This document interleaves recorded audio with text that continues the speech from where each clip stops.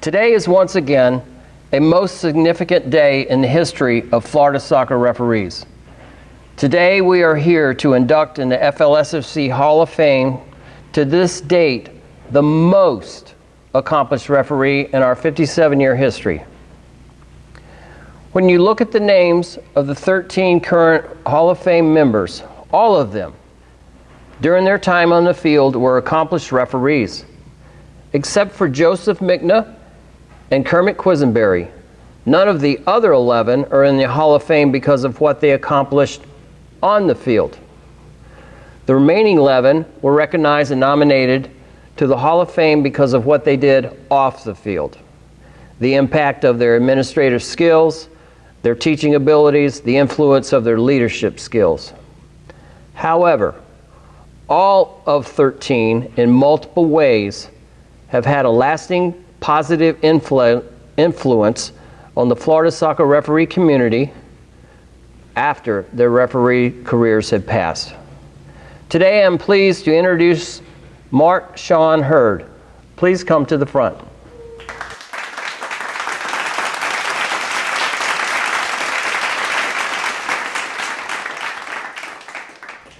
Mark Sean Hurd began refereeing Jacksonville Beach youth soccer games as a 15-year-old grade 9 referee. In 1986, he played soccer at Fletcher High School in Neptune Beach. He described himself as a player, not a very good player, a mediocre player at best, but I was a player. So I was out on the field every weekend playing through high school, and I started refereeing in high school to make a few extra dollars on the weekends. I would play, then I would referee. Sean was actually a three-sport athlete by playing football in the fall as a wide receiver, playing soccer in the winter, and then he ran high school track as a middle distance runner in the spring. When he got out of high school, he went to the University of Florida and actually walked on to the UF football team as a wide receiver and played for the legendary coach, Steve Spurrier. He loved playing American football, but he was modest and described himself as a marginal athlete. During his time at the University of Florida, he was playing football and refereeing high school, youth, and adult amateur games.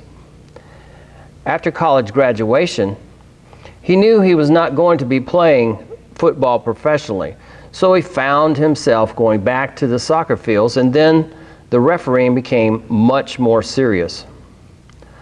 On a personal note, I first met Sean at a FYSA State Cup Final Four on May 18, 1996.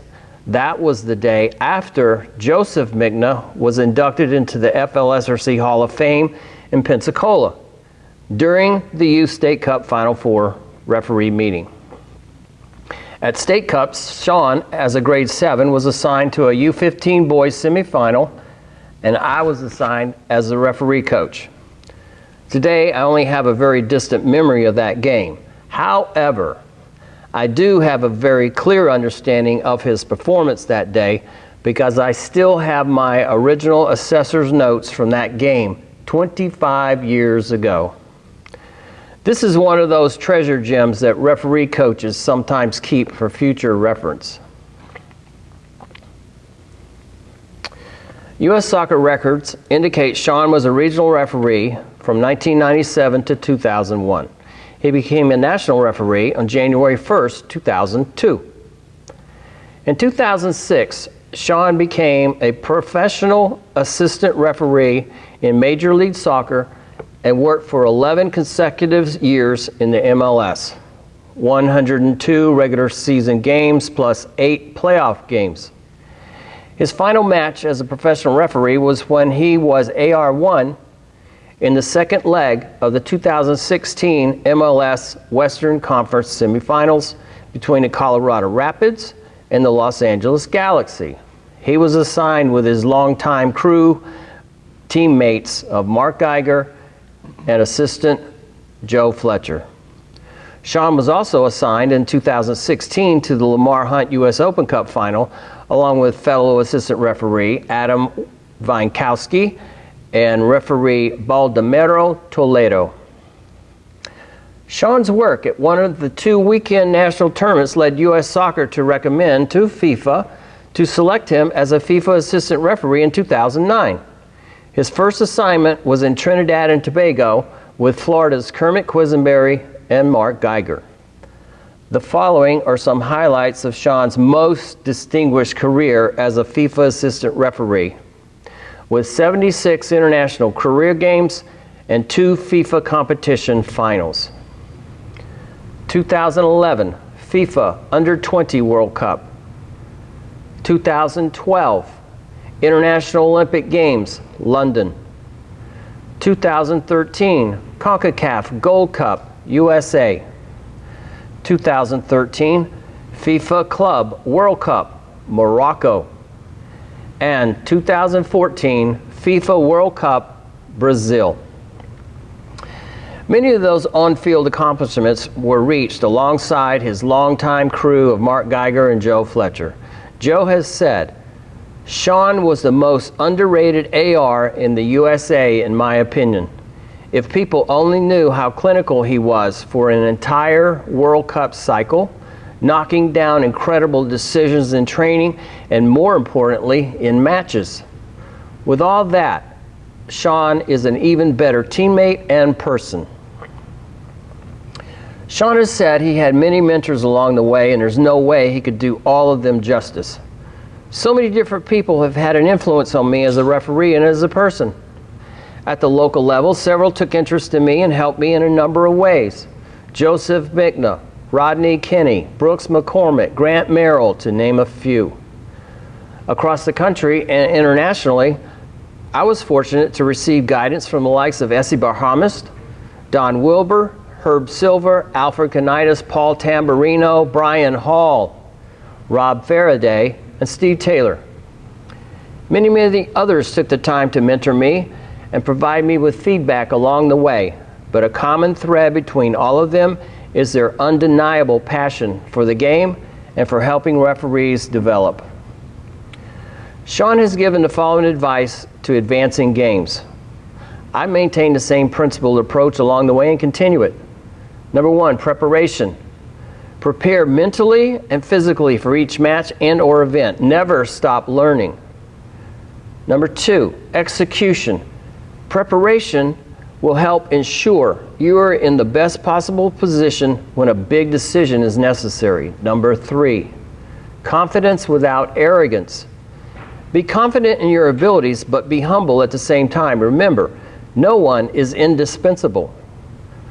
4, control the controllable. Don't let outside noise influence you. Be aware of it, but don't let it interfere with your performance. Number 5, enjoy yourself. You never know when it will be your last game, so treat each one like it is your last and enjoy the moment. With a referee career that Mark Sean Hurd has experienced, he has to this date the distinction of being the most accomplished Florida soccer referee in the history of FSR and FLSRC. By virtue of his work at the FIFA World Cup Finals 2014, Mark Sean Hurd automatically meets the criteria for induction into the FLSRC Hall of Fame for the year 2020. Okay.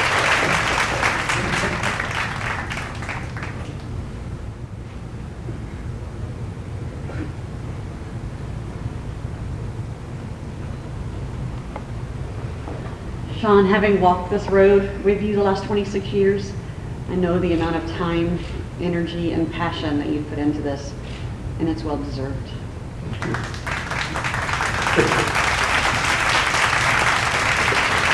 Okay. You can just stay right there. That didn't sound too good.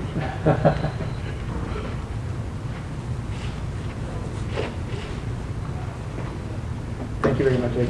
Appreciate it. Okay. Would you like to say a few words? I would, please. Okay. Thank you. So I would like to, first of all, thank all of you for being here It's an incredible opportunity for me to be honored like this. But I think first and foremost, I would be remiss if I did not thank my wife, Jackie, and my family, my two daughters, Tiffany and Sarah. They went through so many sacrifices while I was away at tournaments, at events like this. I missed countless number of special events with the family, but they never wavered away from their support. And it's with 100% certainty that I can say that my successes on and off of the field as a referee could not have been accomplished without Jackie and my family.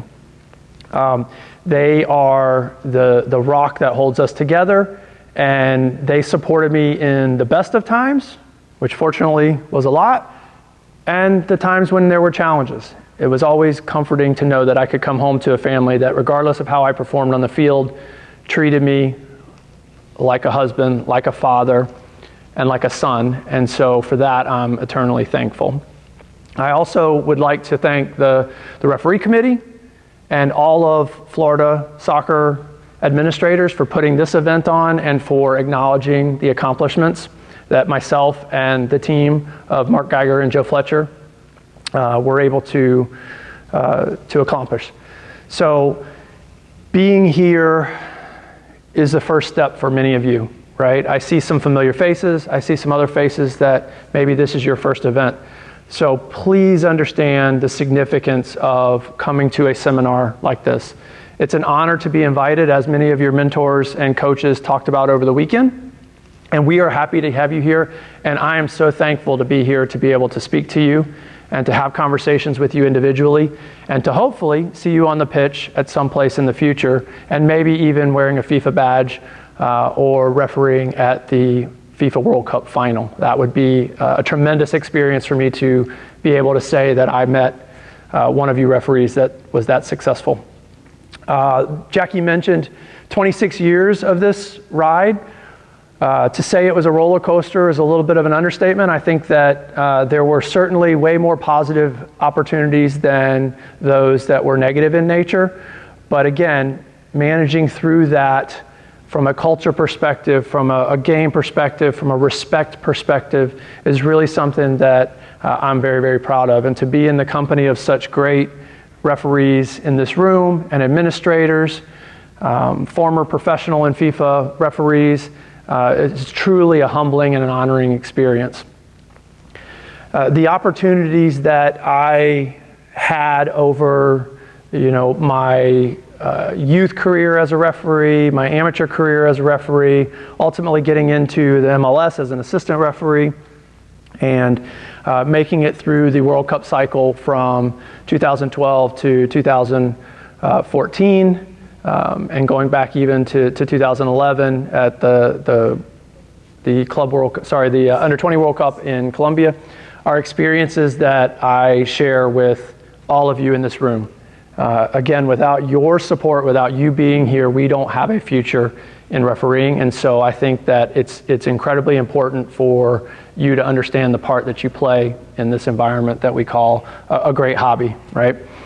My opportunities across the world, the friends that I have met, the families of the friends that I have met will stay with me forever and are part of my core. And I really couldn't be more pleased to have been part of a referee team that saw the level of success but had the level of humility to match it. And for that, I'm eternally grateful. Now I have to pause. So you have to do a little editing there. That's all right.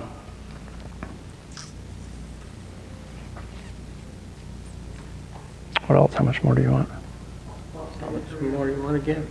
Okay. All right. Thank you. I got stuck. Okay.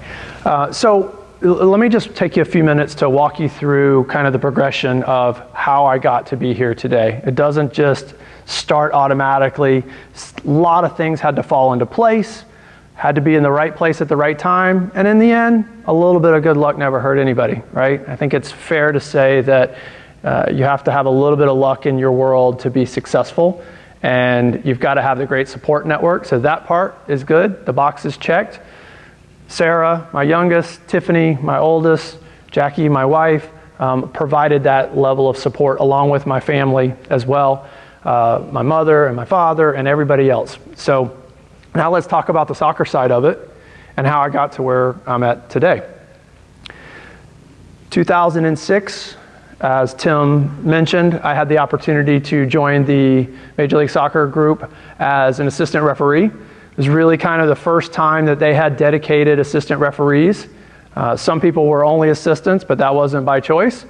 We actually, through our initial group, got to decide to be assistant referees. And so very honored that U.S. Soccer had me as part of that first assistant referee academy that ended up sending me to the MLS in 2006 as an assistant referee. 2009, again, as Tim mentioned, had the opportunity to represent the U.S. with a FIFA badge as an assistant referee. My first match was, again, in Trinidad and Tobago, and a quick funny story about that. We show up to the game, and it's just raining, unbelievable amounts of rain. We get out of the airport, and the guy picks us up in a pickup truck, and it's raining. And so our first question is, well, where do our bags go? Oh, don't worry. We're going to put them in a plastic bag and put them in the bed of the truck. They'll be fine. Needless to say, our stuff got wet. But then we show up to the site to do the pregame walkthrough, and Kermit Quisenberry, who many of you know well, and Mark Geiger was the referee, were with me, and the field is just covered in water. And so I actually have a pretty good picture of me standing in the corner flag straddling the lines and water on all sides. But I learned very quickly that one of the reasons that they build the soccer stadiums on top of a hill in Trinidad is so that they can have a place for the water to go when it's time. And sure enough, by the time we got back to the stadium, there was not a drop of water pooled anywhere on the field. And when they say stuff rolls downhill, it's for a reason. So literally they had pumped all that water down to the bottom of the hill, and we had a very, very nice pitch to have a match on, and no other events after that. The rain stopped and everything was great. So that was 2009, not too long after I got my badge. Many international games between starting, even before 2009, before I was a FIFA member. And 2011, we were asked to go to Colombia as a crew and be in the Under-20 World Cup, which was an honor and experience, something that could not be replaced, representing your country for an international tournament. And while it was a youth tournament, the players and the teams certainly didn't act like it was a youth tournament. It mattered, right? There's a final and there's a championship to that, and so we had a very, very successful tournament, ultimately refereeing in the final match. And during that time, we were the first American crew to officiate at a FIFA competition in a final match. So that's something that's very special to us. And again, Mark as the referee and Joe as an incredible assistant referee helped make that possible for us as a team. And really that's what we were. We weren't three individuals, we were a team. And that never wavered. So from the time in the hotel, from the time on the plane, time at the games, after the games, during the assessments, post-match inspections, all of that, we acted as a team. We never did anything independently.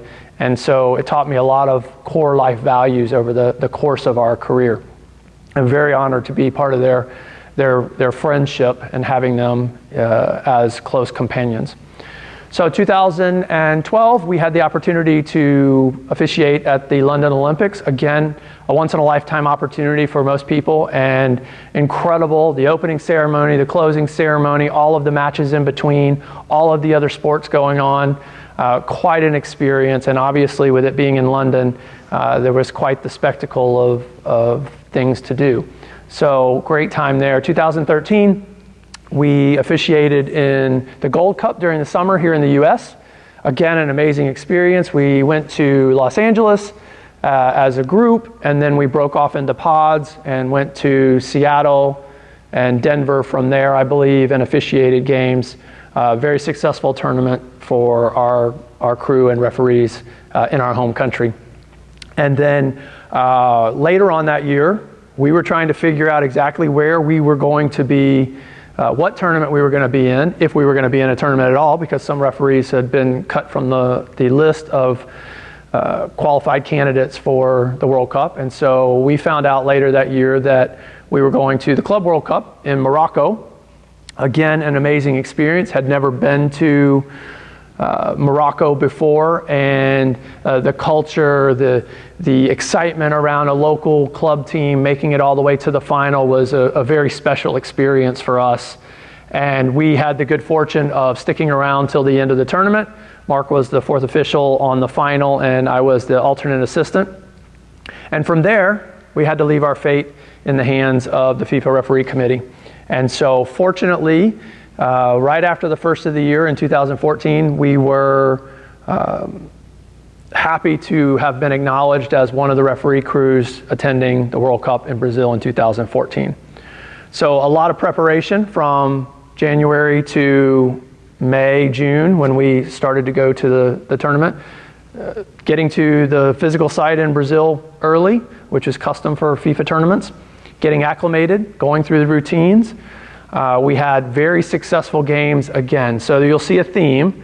For those of us that are part of the game, we are very excited and very proud and very humbled to say that we had very successful tournaments across everyone that we went to as a team. And so again, a little bit of good luck never hurts anybody, but it certainly was the hard work that we did as a team to get to that point. We ended up being asked to stay through the finals. Obviously, we did not get assigned the final match. The Italian crew made the final match, and they were very deserving, and they did a great job between Argentina and Germany. And so we learned a lot over the course of time, but those years that we spent together in hotel rooms, on planes, in buses, in vans, in the back of pickup trucks, you name it, was an invaluable experience. And I think as important to that is the people that we met along the way.